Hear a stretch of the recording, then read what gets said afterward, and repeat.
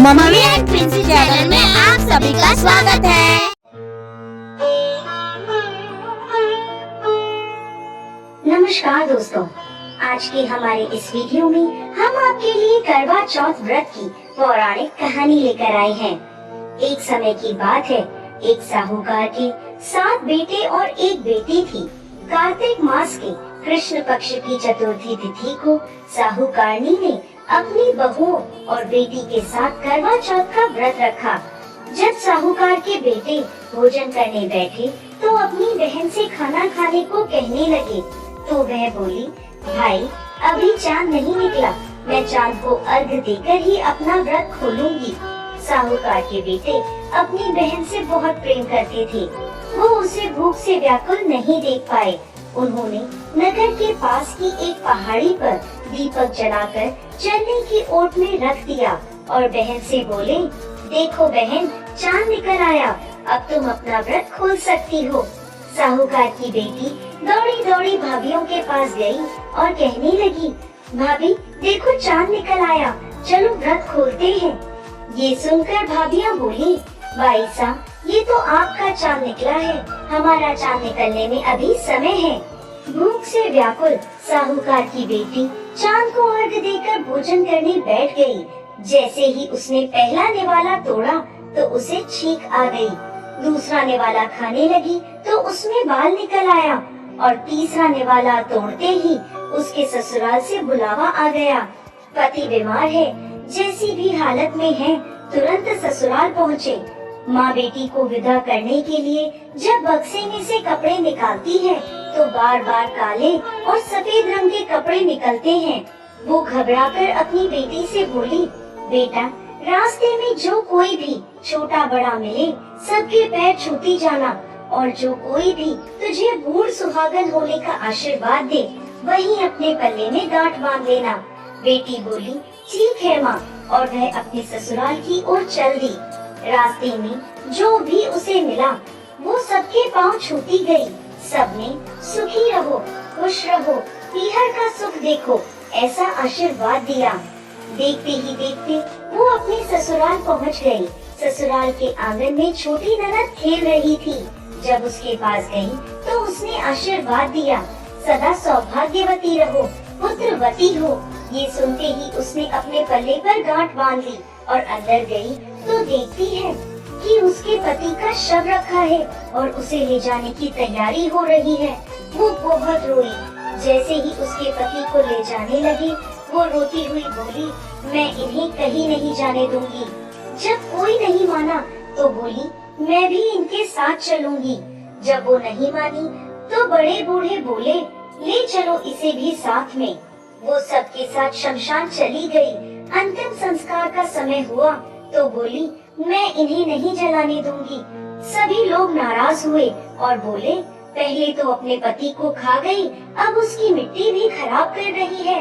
लेकिन उसने किसी की नहीं सुनी और अपने पति को लेकर बैठ गई। परिवार के बड़ों ने निर्णय लिया कि इसे यहीं रहने दो, एक झोपड़ी डलवा दो। वो उस झोपड़ी में अपने पति को लेकर रहने लगी। पति की साफ सफाई करती और उसके पास बैठी रहती। दिन में 2 बार उसकी छोटी ननद खाना देने आती। वो हर चौथ का व्रत करती, चांद को अर्घ देती और जब चौथ माता आती तो कहती, करवो ले, भाइयों की प्यारी करवो ले, घड़ी बुखारी करवो ले। वो चौथ माता से अपने पति के प्राण मांगती, लेकिन चौथ माता उसे ये कहती कि हमसे बड़ी चौथ माता आएंगी तब उनसे अपने पति के प्राण मांगना। एक एक करके सभी चौथ आई और सभी यह कहकर चली गई। अश्विन की चौथ माता बोली, तुमसे कार्तिक की बड़ी चौथ माता नाराज है, तेरा सुहाग वही लौटाएंगी, तू उनके पैर मत छोड़ना और 16 श्रृंगार का सारा सामान तैयार कर लेना।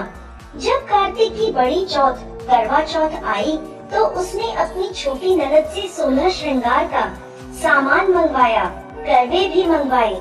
जब सास को यह पता चला तो वो बोली, पागल हो गई है, जो मांगती है दे आओ।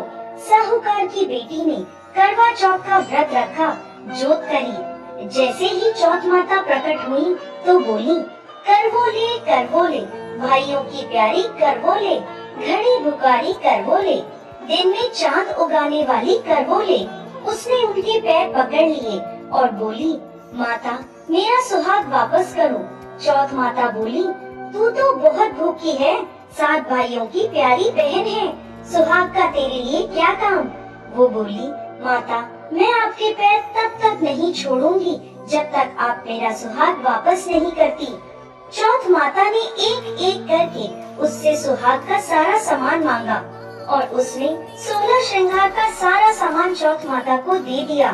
चौथ माता ने आँखों से काजल निकाला, नाखूनों से मेहंदी निकाली, मांग से सिंदूर निकाला और उसे करवे में घोलकर छोटी उंगली से उसके पति को छींटा दिया।